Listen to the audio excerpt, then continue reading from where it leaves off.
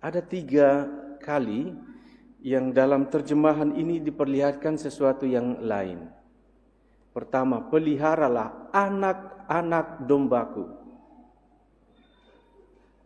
Kedua, gembalakanlah domba-dombaku. Yang ketiga, peliharalah domba-dombaku. Peliharalah anak-anak dombaku. Seperti kalau kita menangkap satu kesatuan memang sama. Tetapi penekanannya berbeda ketika kita diajak untuk memelihara. Itu bagaimana kata ini sendiri memelihara, kalau kita memelihara binatang, kita merawat ya. Kita merawat binatang itu, apakah itu anjing, kucing, kita merawatnya, kita pelihara dan merawat. Nuansa berbeda ketika kita katakan, gembalakanlah domba-dombaku. Petrus menerima tanggung jawab bukan hanya untuk menggembalakan domba, tetapi memelihara dombanya. Dan itu menjadi suatu pegangan bagi gereja, bagi kita, bahwa kita tidak hanya diajak. Ini tentu saja terutama kepada mereka yang terpanggil menjadi imam atau menjadi anggota religius. Kita diajak untuk menggembalakan, tetapi juga merawat, memelihara domba-domba gembalaan itu. Ada orang yang menjadi upahan, yang Yesus katakan. Menjadi upahan itu ya sudah, setelah menggembalakan tidak disiapkan makanan, tidak disiapkan apa-apa, tidak dirawat ketika sakit, tidak diberi vitamin ketika mereka loyo. Menggembalakan dan memelihara menjadi satu panggilan yang sangat besar bagi gereja, bagi kita semua tentu saja.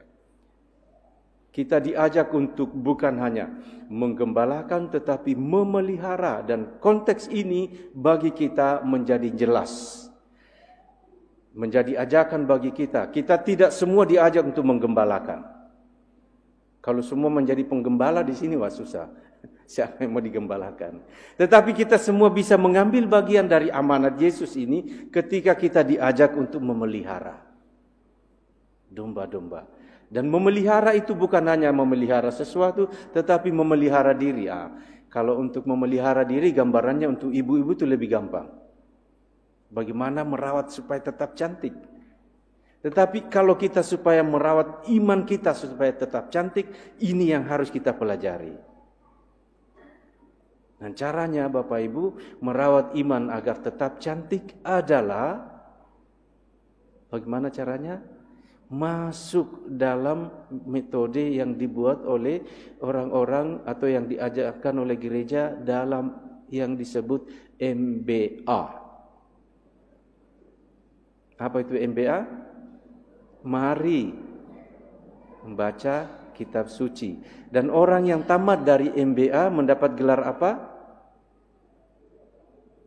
Master kitab suci. Nah, mestinya Master Sabda Tuhan. Benar tidak?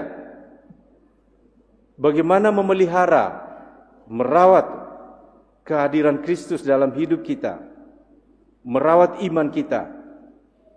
Bagaimana caranya? Kita tidak bisa datang setiap minggu mengambil air suci dari pastor dan sampai di rumah dipercikis semuanya. Bukan begitu merawatnya. Itu bisa membantu tentu saja. Tetapi merawat merawat iman kita ini, kita perlu menyelami sabda Tuhan, mengenal sabda Tuhan. Dan caranya ya testimoni dari orang-orang yang ikut dalam MBA ini menjadi semangat, menjadi suatu modal besar bagi kita. Tadi pagi Bapak Uskup di meja makan bertanya kepada Pastor Ketua Komisi, Pastor Edi, apakah yang ikut MBA ini cukup kitab sucinya? Pastor Edi dengan bangga, cukup mereka punya kitab suci. Baru-baru semua.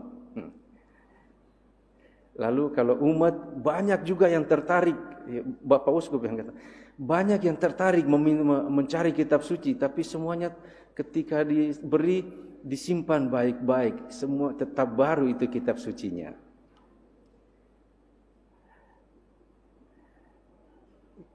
Menjaga kitab suci yang baru itu baik, dalam arti semangat yang baru. Tetapi membuat kitab suci menjadi khusyuk karena selalu dibaca, didengarkan, maka akan menjadi suatu cara untuk merawat iman kita. Merawat iman artinya merawat kedekatan kita dengan Kristus. Kalau punya teman yang tinggal jauh, yang jarang kamu kontak dengan telepon, pasti akan semakin renggang. Bahkan yang dekat dengan diri kita pun, ketika kita jarang komunikasi, datang tidak saling sapa, maka akan renggang. Tidak ada ikatan batin. Kristus juga demikian. Ketika kita tidak mendengarkan lagi sabda-sabdanya, dalam arti membaca dengan mata tetapi mendengarkan dalam diri kita, maka Kristus yang ada hanyalah nama Kristus yang kita imani, yang kita percayai. Tetapi tidak ada ikatan yang menjadikan dirinya menjadi hidup dalam diri kita. Dan kalau kita mampu memeliharanya dalam konteks seperti itu, maka apa yang terjadi? Yesus mengajak, ikutlah aku dan terjadilah pengutusan. Gereja yang tidak mengutus dirinya, muridnya, gereja itu akan mati. Artinya kita yang menjadi bagian dari gereja-gereja ini, kalau kita tidak masuk dalam kasana ini, maka percayalah kedekatan kita dengan Kristus itu akan menjadi sirna dan lama-lama akan menjadi kecil, padam.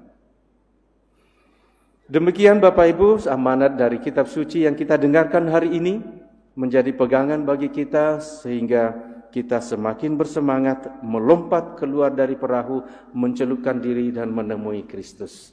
Dan kita mengajak Kristus tinggal bersama dengan kita. Amin.